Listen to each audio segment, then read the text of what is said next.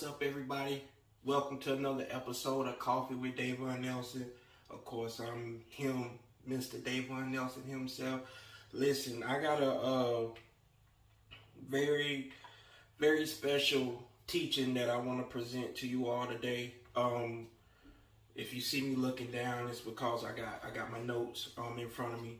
But this teaching is basically, I want to tie it into with the other video that I did, where I mentioned to everybody that you are God, and the revelation behind that is understanding that we are created in Yahweh's image. So with that being said, we have characteristics and capabilities that Yahweh has, and the difference is we are in flesh and we operate on this earth, and so what I want to share with you today is going to kind of illustrate how powerful our words and our capabilities are, especially when we speak on behalf of Yahweh and we speak life-giving words. That's my attempt today, is try to illustrate for you and show you the power that you have, and everyone has. And anybody that watched this, this is for you, So the title is Just Say It. Victory in your words. What I want to use is the scripture of Ezekiel in the valley of dry bones. And so that'll be Ezekiel 37. I'm going to go through verses 1 through 14. And it reads, and of course this is the NIV version as well. And it reads, "The hand of the Lord was on me, and he brought me out by the Spirit of the Lord, and he set me in the middle of the valley. It was full of bones. He led me back and forth among them, and I saw a great many bones on the floor of the valley, bones that were dry. He asked me, 'Son of man, can these bones live?'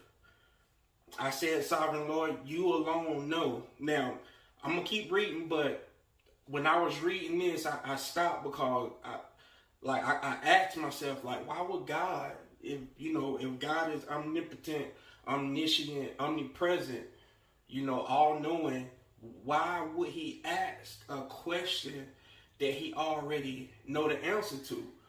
And so when I asked myself that question, and I thought about it, and that's when I kept reading, and I found the answer that I was looking for.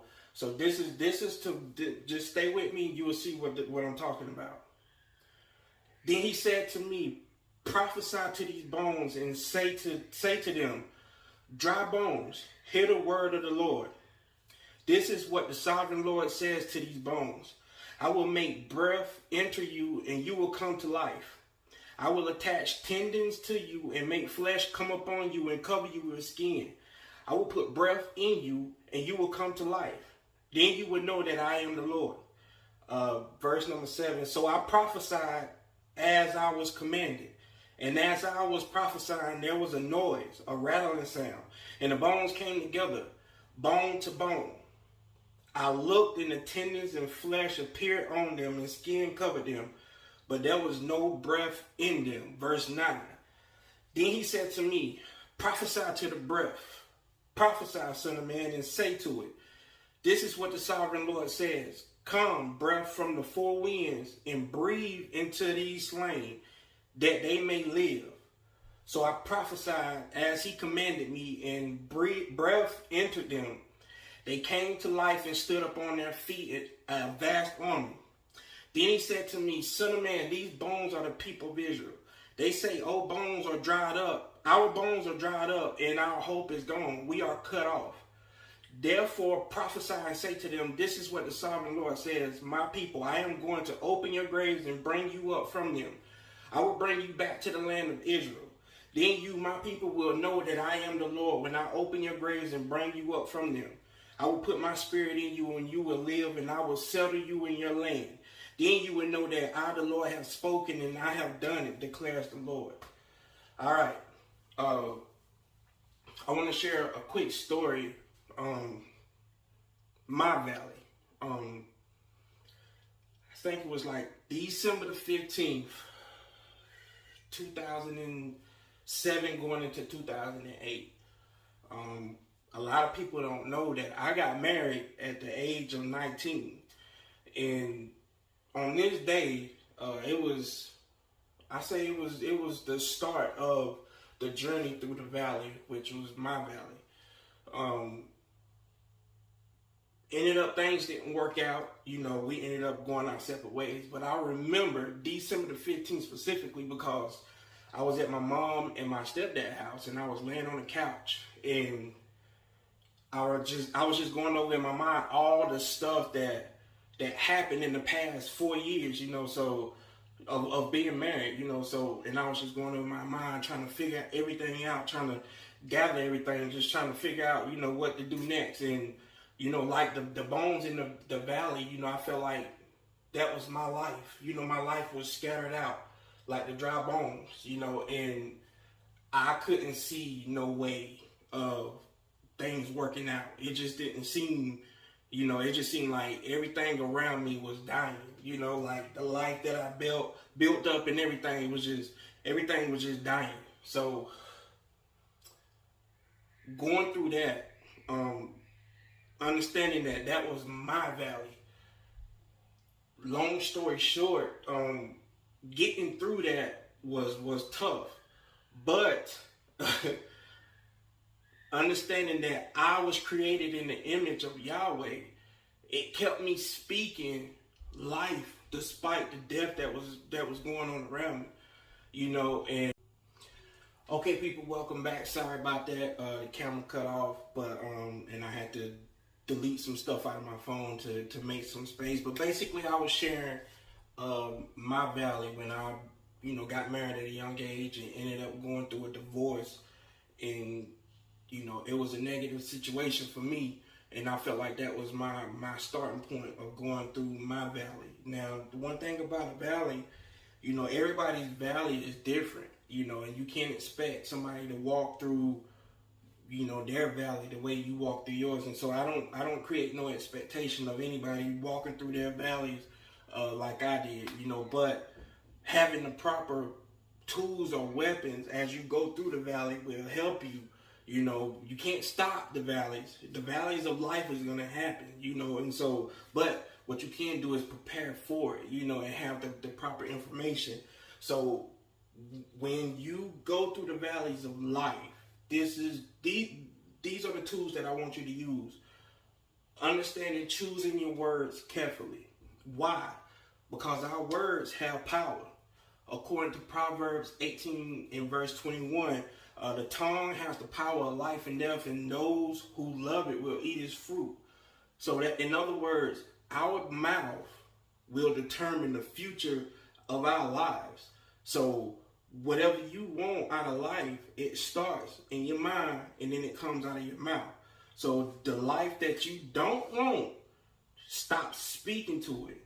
The people you don't want around, stop speaking to it. Anything you stop showing attention to will eventually die off.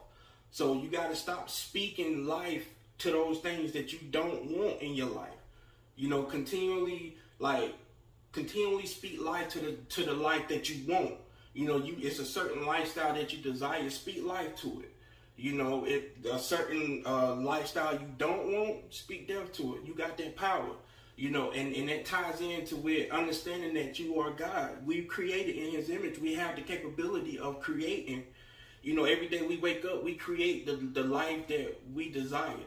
If you stop right now and think back 15 years ago, 20 years ago, the life that you have right now is a result of what you thought about back then.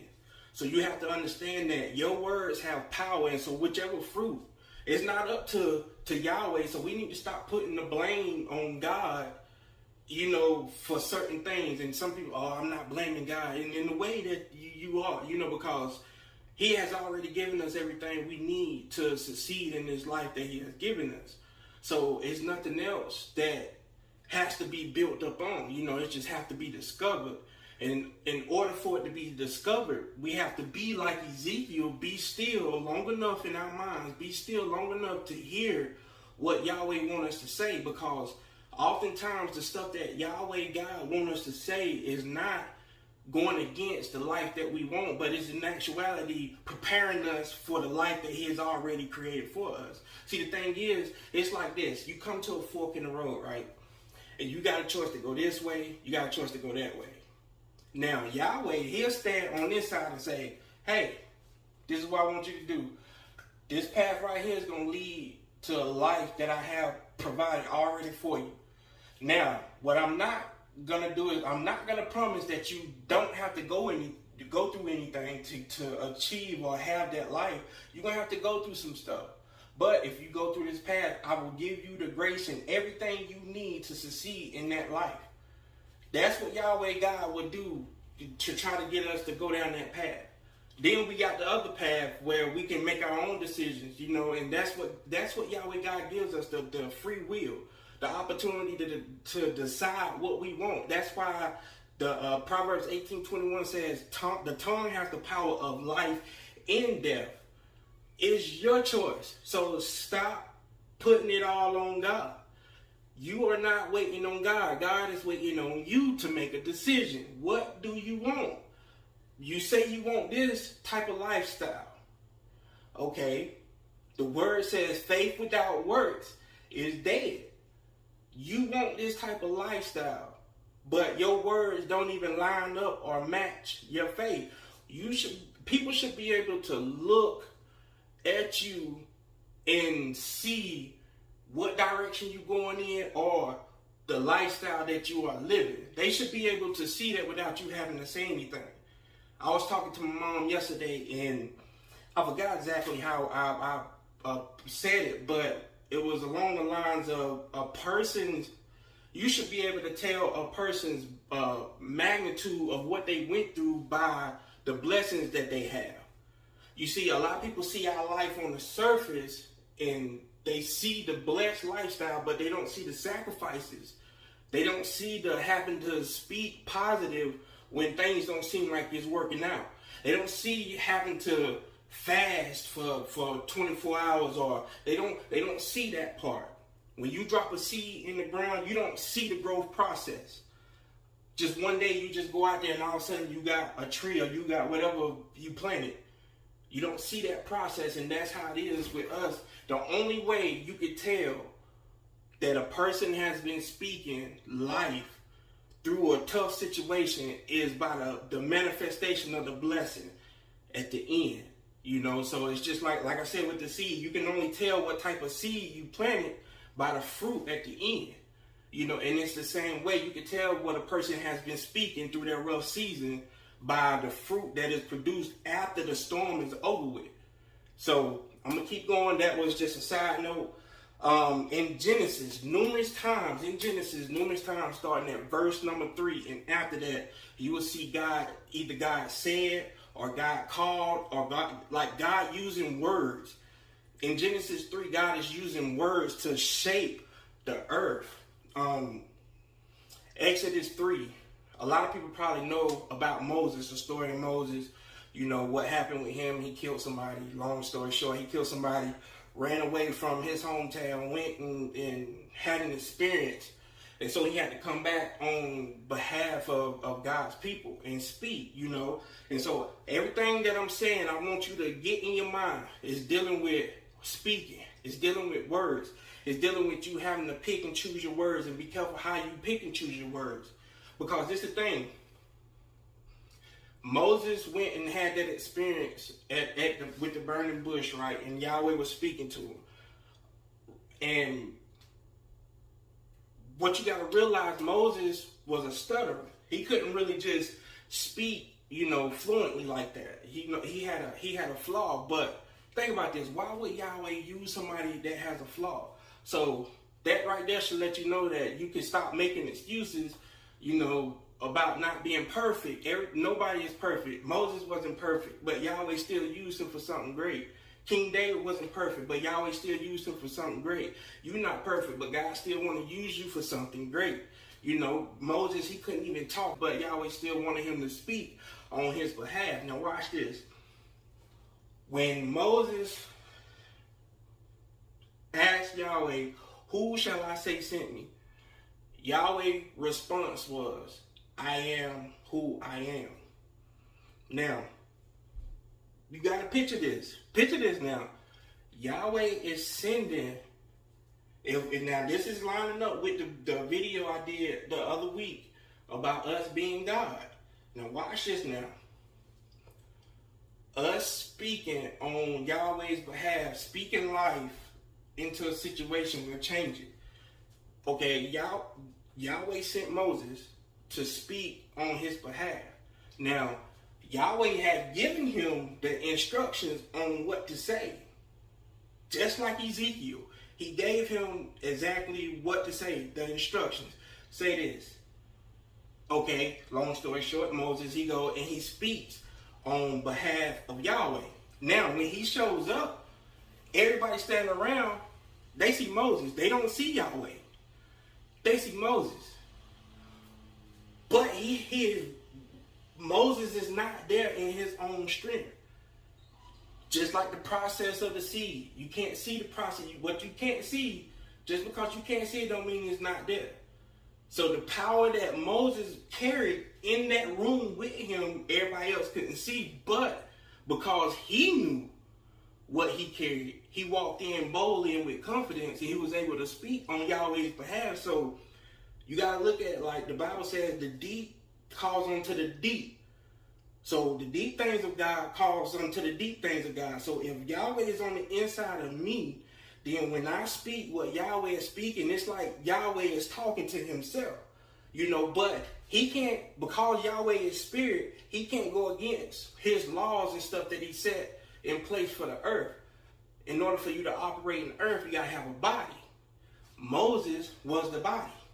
Ezekiel, the body. Me, the body. You, the body, the vessel. We speak life on behalf of the spirit of Yahweh. So that makes us, see, Yahweh is not going to put, why you think Yahweh didn't put his spirit inside of a dog? Why you think Yahweh didn't put his spirit inside of an animal or a cat? He put it in what resembles him. You gotta see that. He will only put his spirit in something that matches him, because it can only match. Yahweh is not a dog. Yahweh is not a cat. A seed produces after its own kind. See, you follow me now? Okay, so we speak life on behalf of Yahweh, and we carry that power.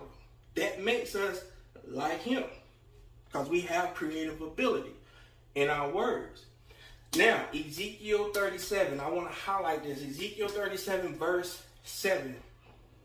Speaking only word, he spoke only words that gave life. Here goes some revelatory information for you.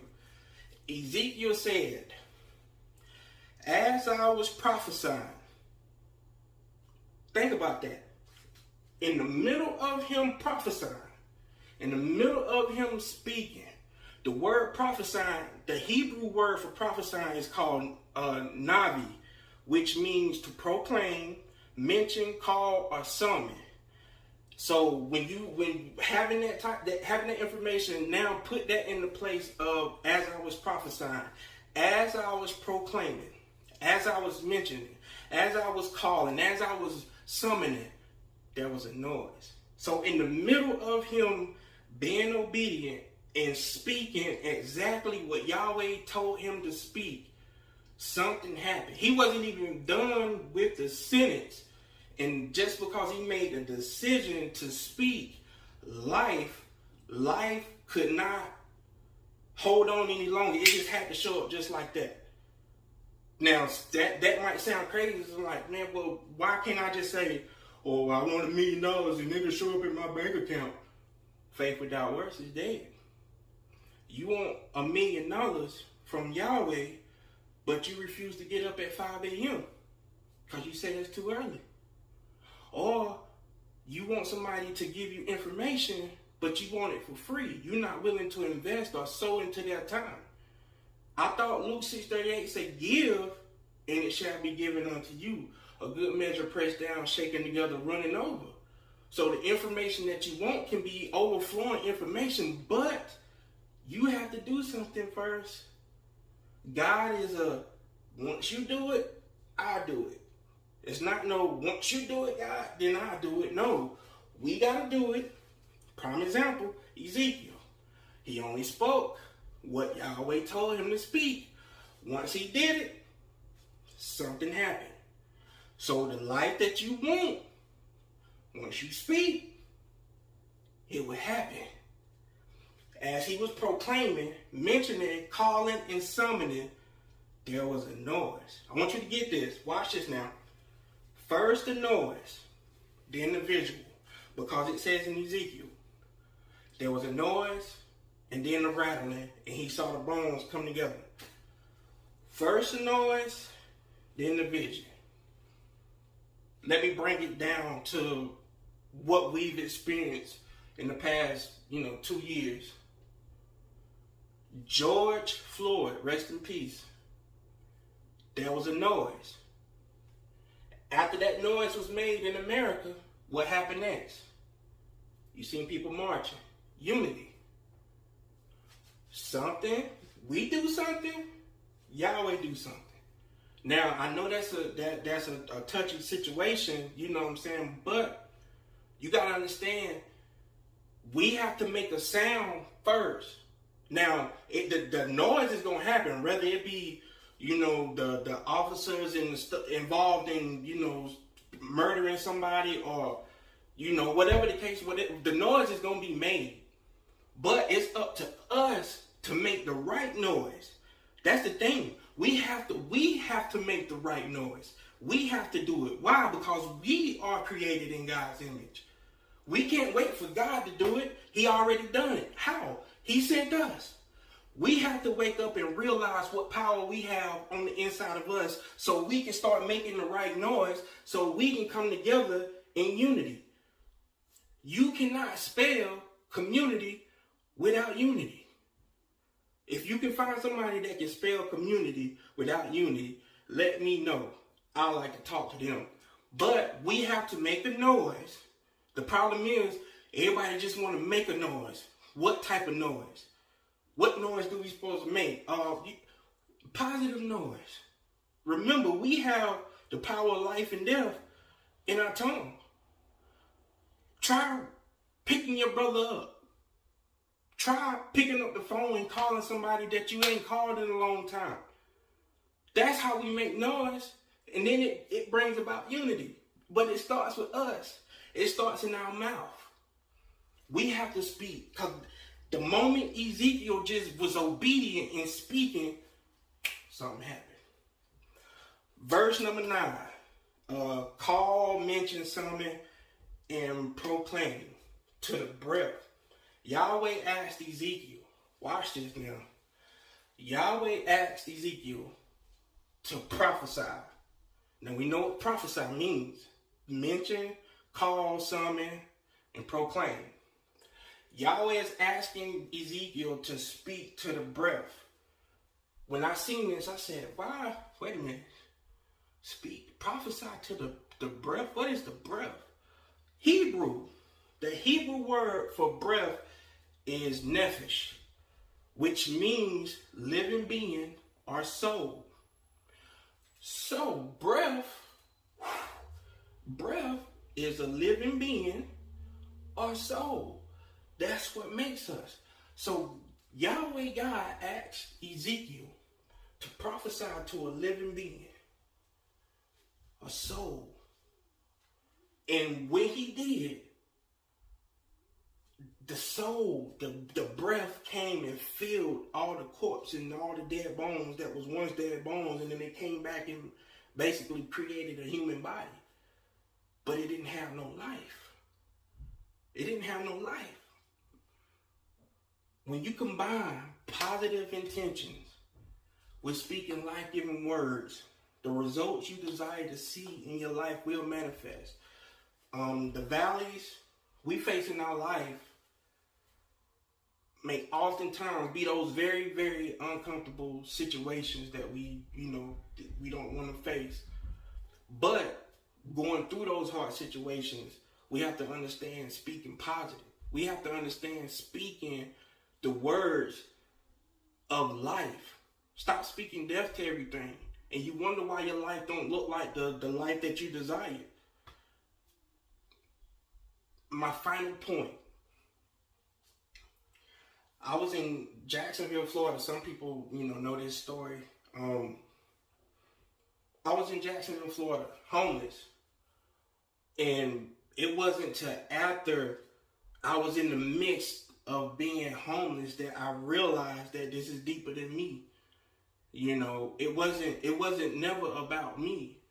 Me being homeless was Yahweh putting me in the valley of other people that didn't have no hope, that didn't have no vision, that didn't have no dreams, didn't have no aspirations. And here it is. Yahweh would choose me and put me in the midst of that, and at the time I was like, man, I'm out here, I'm homeless, I don't really know what to do, but when you ask Yahweh to use you, it's never going to be how you think it's supposed to be. But if you take a step back and look at the bigger picture, you'll see Yahweh in everything that you are doing or everything that you are going through in life. Me being homeless, it wasn't, it sounds harsh, but it was actually a setup. Because even though I was homeless, I could have got depressed. I could have got down on myself. A lot of people, see, this is the part that nobody knows because, y'all couldn't see the behind the scenes, like dropping the seed in the ground. Couldn't nobody see that. But behind the scenes, I was in the homeless shelter speaking life to older guys, guys that was older than me. But Yahweh had me there speaking life to these people. That touched me because I was allowed to see, from the other side of the tracks. That's why I have a different kind of heart for anybody that's going through a hardship. That's why me and my wife are in real estate. It's not about the money or just selling the house. It's about helping those who need a second chance. Because if we just really stop for a second, we'll realize that Yahweh has always given us second chances. So why should I look down on the next man who might be in a hardship or he might be in his valley and he needs somebody to come and help him through his valley? And that somebody could be you, but you so caught up on yourself and wanting God to just bless me that you forgetting that the mission is all about giving. Dr. Martin Luther King said everybody can be great because everybody can serve. See, a lot of people want to serve when the cameras are on and the big stage and stuff. They want to be seen serving. But can you serve while you in your valley? That's what true faith is. Can you be homeless and be in a homeless shelter and serve?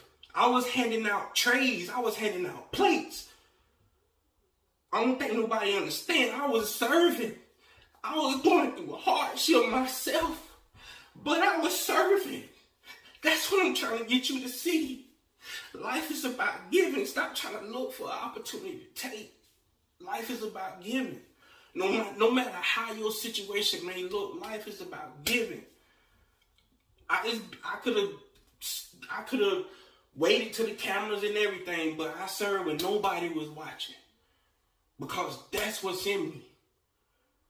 So I'm going to end it right there. Just remember, your pain is somebody else's gain. Deuces, y'all.